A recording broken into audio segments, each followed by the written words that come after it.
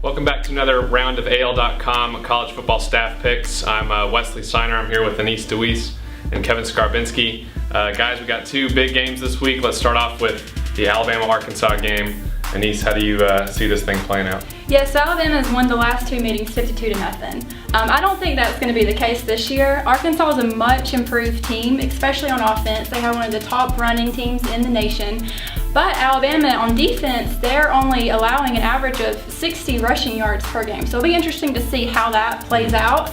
Because of that, I think that Brendan Allen is going to be forced to throw the ball a lot more than he's had to so far this season. It's always tough going on the road in the SEC, but I do think that Alabama is going to get back on track on offense this week, especially since Arkansas has one of probably the worst defenses in the SEC. So, there's going to be rain in the forecast. It's going to be interesting to see how the teams react to that. But I'm going to go with Alabama 35-24.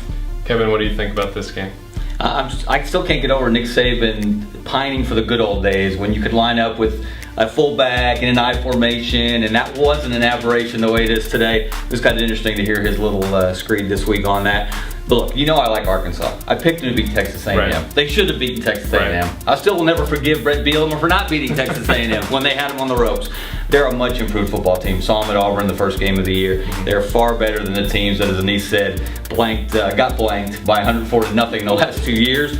But they're not ready to win a game like this. They're not ready to beat a team like Alabama. They're certainly not ready to beat an angry Alabama team coming off that Ole Miss loss. Right. So Alabama may slop around a little bit because that's what the Hogs want you to do. They want to slop around, but no, they're not good enough to get it done. Alabama gets it done 38-28. All right, well, moving on to the next big game in the state. We have Auburn going to Mississippi State in a pretty crucial SEC West matchup now with number 2 versus number 3. Big game. Annice, what do you think? Yeah, so both of these teams had very impressive wins last week. Especially, they were both really impressive on offense. I think that Dak Prescott has finally proven to everyone that he is one of the top quarterbacks in the nation. He's thrown for over 200 yards in every game. He's only had 2 interceptions, and that was at the beginning of the season. But he hasn't faced a defense quite like Auburn yet. The Mississippi defense has been great as well, but their pass defense has definitely been one of their weaknesses. So I do think that Nick Marshall is going to be asked to throw more than he has in the past, and I think he'll be able to do it. This is going to be a crazy atmosphere. Mississippi State's ranked, the highest they've ever been ranked. It's one of the largest games they've ever played in, right, which is actually why I give the edge to Auburn here, because they have been in these type of games before. So I think it is going to be close, so I'm going with Auburn 27-24.